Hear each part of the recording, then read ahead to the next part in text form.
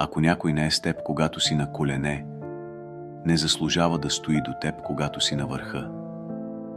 Това е рана, която се отваря всеки път, когато си спомниш кой те е напуснал, когато най-много си имал нужда от него.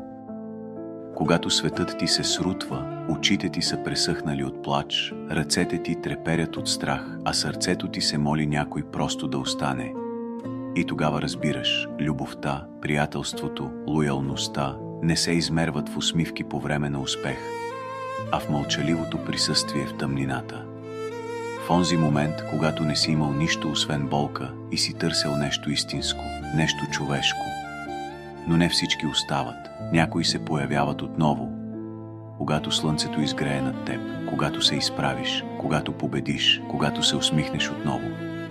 Те се връщат с поздрави, с фалшиви усмивки, с думи, които звучат като подкрепа, но миришат на интерес. И тогава трябва да избереш да простиш или да си спомниш, да приемеш или да затвориш вратата. Да бъдеш добър или да бъдеш честен със себе си. Истината е сурова, който не те държи за ръка, когато падаш, не заслужава да те прегръща, когато летиш.